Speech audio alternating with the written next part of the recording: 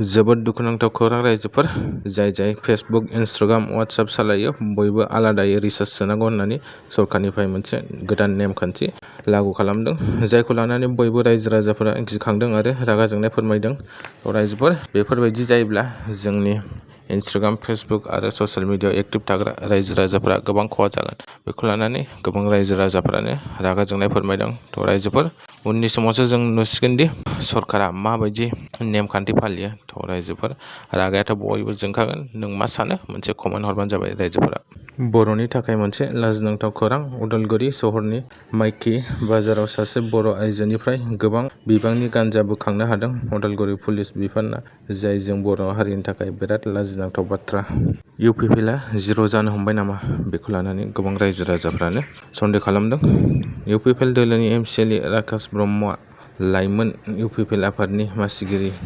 बिथाङा दोलोनिफ्राय resignation letter होबाय, जायखौ लानानै इउपिपिएल दोलोनि सुबुंफोरा बिथांखौ गोबां रागा जोंनाय फोरमायदों आरो बिथांखौ गोबां गाज्रि रावजों रायदों।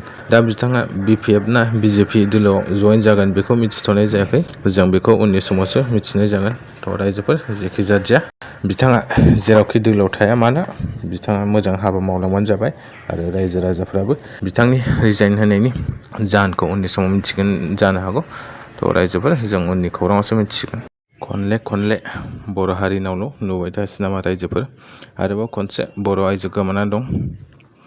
सनितपुर जिल्ला हुग्राजुलि हालामनि सिङाव थानाय बैग्रिगुरि गामिनि थागिबि मंगल बसुमतारीनि बिसि रोमै बसुमतारीया गोमाना दं।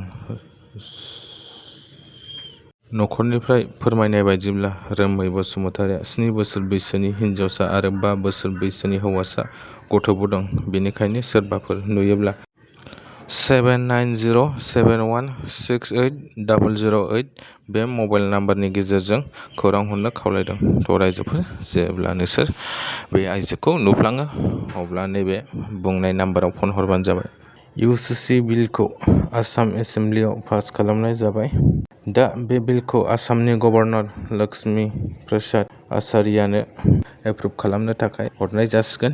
बेनि उनाव बे बिलआ भारतनि प्रेसिडेन्ट द्रौपदी मुर्मु बिथांनो हरनाय जागोन आरो बे बिलखौ भारतनि प्रेसिडेन्ट द्रौपदी मुर्मुआ साइन होनायनि उनावनो आसामाव इउसिसि 2026 बे आयेनखौ बाहायनाय जागोन।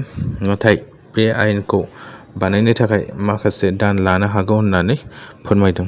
बे इउसिसि बिलआव जुलि खालामनाय बैसो, हौवा हिनजाव गारलायनाय नेम, फिसाज्ला फिसाजोनो हा होनाय, सम्पति होनाय, धोननि नेमखान्थि बे दं होननानै खौरांनि गेजेरजों फोसावदों। नाथाय बे इउसिसि आयेना ट्राइबेल्सफोरनि थाखाय नङा होननानै फोरमायदों। नाथाय जों रायजो राजाफोरा बे बिलखौ लानानै दाबो मोजाङै फोथायाखै। जों रायजो राजाफोरा दाबो साननाय दंदि बे बिलआ फैयोब्ला जोंनि ट्राइबेलफोराव माखासे खहा गोलैगोन नामा, जायनि थाखाय जों रायजो राजाफोरनाव गोबां दाबो सन्देह दं।